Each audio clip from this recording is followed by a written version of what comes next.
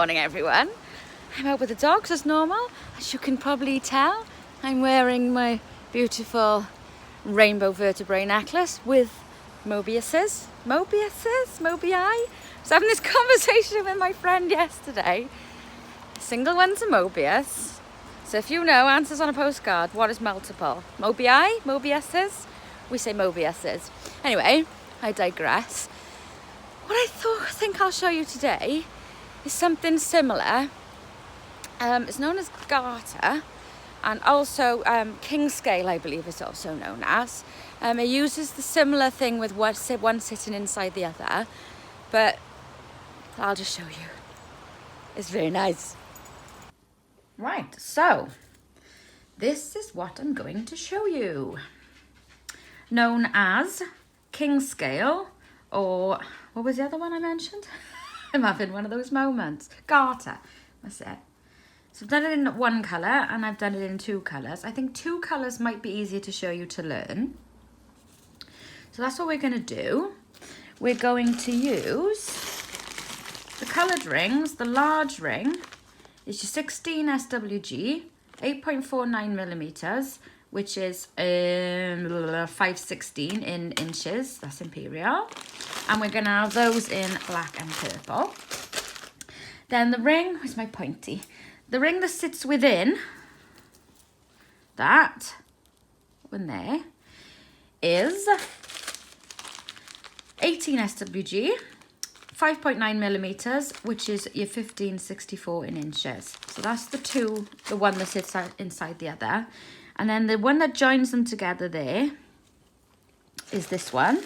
She says, looking around for it. There, that one there. 20 AWG, which is 5 millimetres internal diameter. The closest I could find in imperial is your 3/16 inches. So, and that works, that's fine. And there's a little bit of wiggle room anyway, so yeah, that one's fine. So that's what we're going to use. To start it, hang on, excuse me, froggy. This is how it starts here.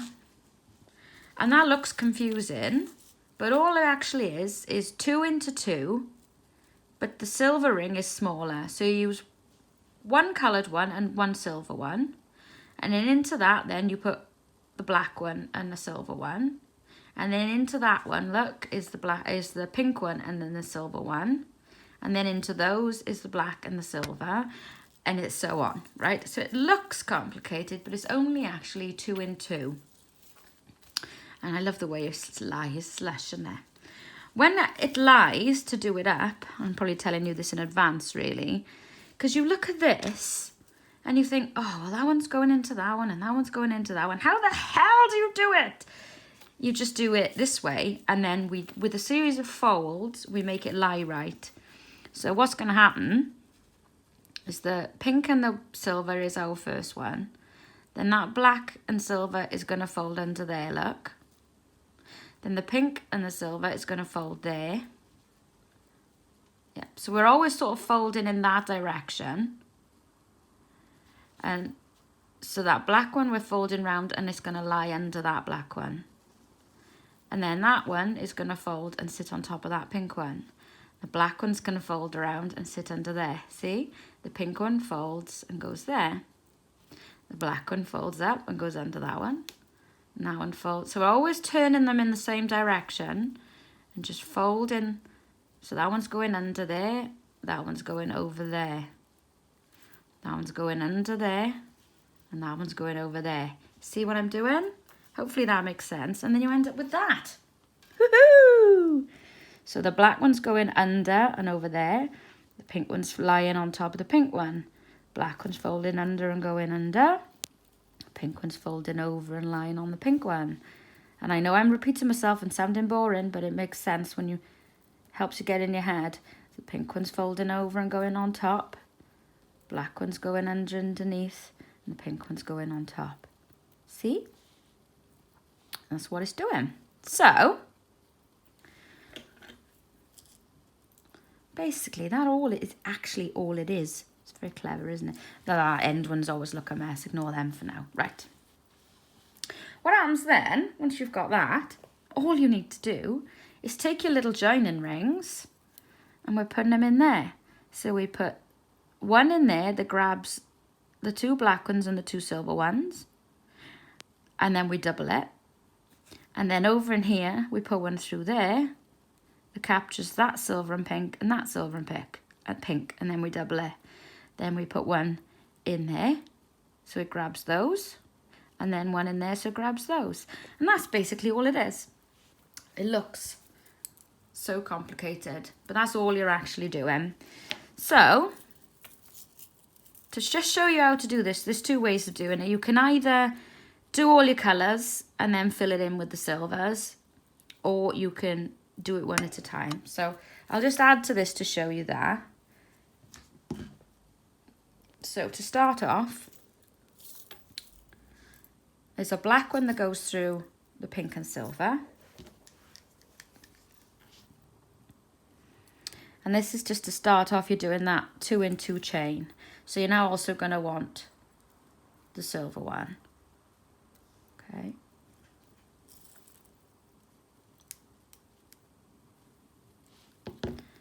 Yeah, so it's just 2 in 2, but it looks confusing because it's 2 different sizes. So now into that one, we're going to want a pink, and we're going to want, I'm saying pink, it's purple really, but pinky purple. So that's the one that goes into them too. And we're going to want another one now, doing the same thing in the same path where that one's going. See?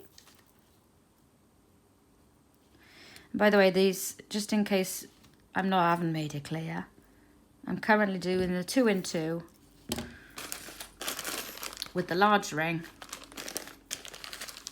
And let's call this the medium ring. So the large rings are the coloured ones. The medium rings are the silver ones that sit within those. And then we'll call the small ones the little ones that join them up, right? So now we want a large black one in those two.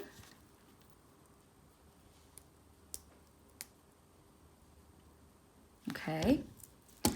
And then we want a medium silver one through those two. So it's just 2 in 2 chain until you've got that. Okay, cool. So to start joining them up now, we're going to take our small ring.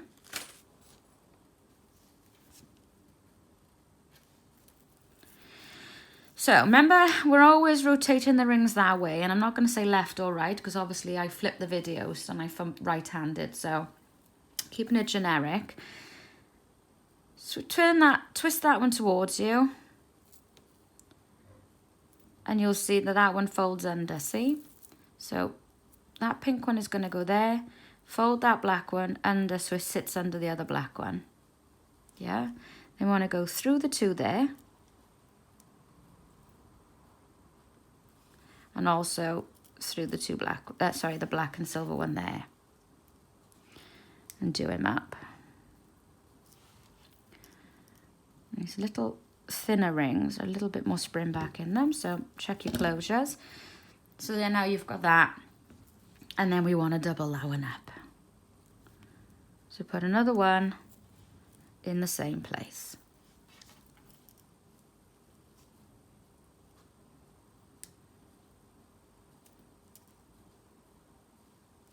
There you go. So that's that one. Now get ready with your next little ring. So doing the same thing again, twisting towards you. That's now going to lie on top of that pink one. Yeah, so we now want to join those.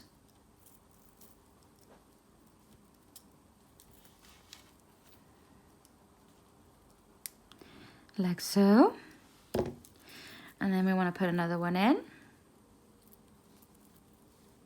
the same place.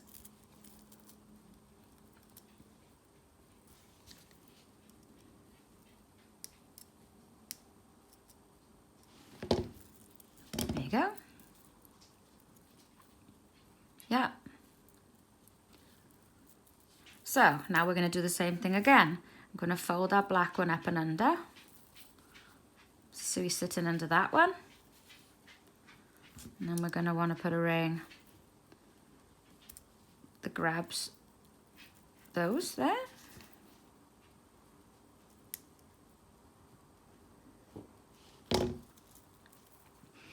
And you want to double that up. So we're going in exactly the same place with another small ring through there.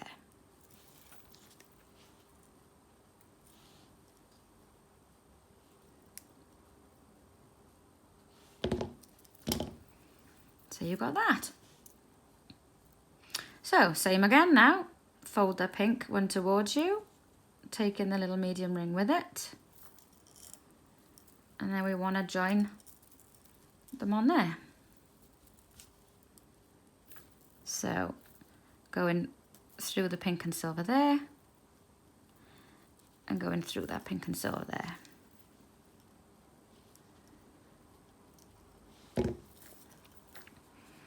And that is really it. Such a good effect, and actually it's so easy once you've got your head around it. I'm just going to double up that one.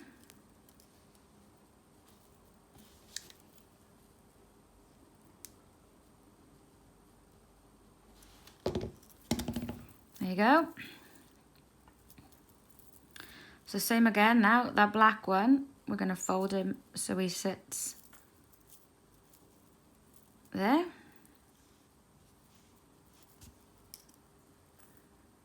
And put a small ring through.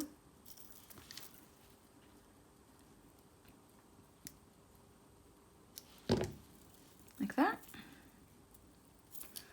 And we want to double that one up.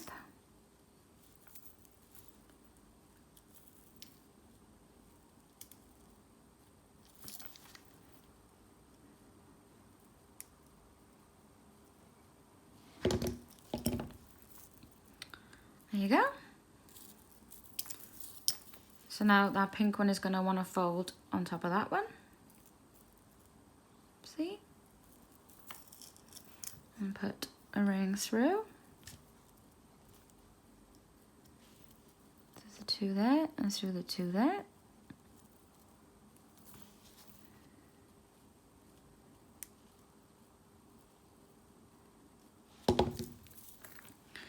And then double him up again. And that's it really. I don't know what else to tell you.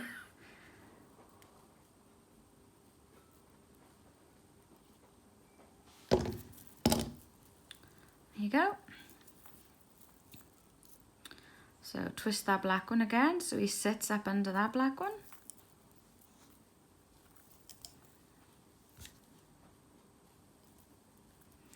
And put a ring through.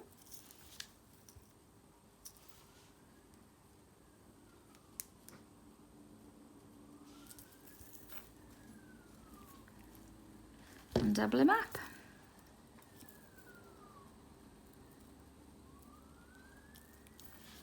Oop, careful because I didn't grab the medium silver.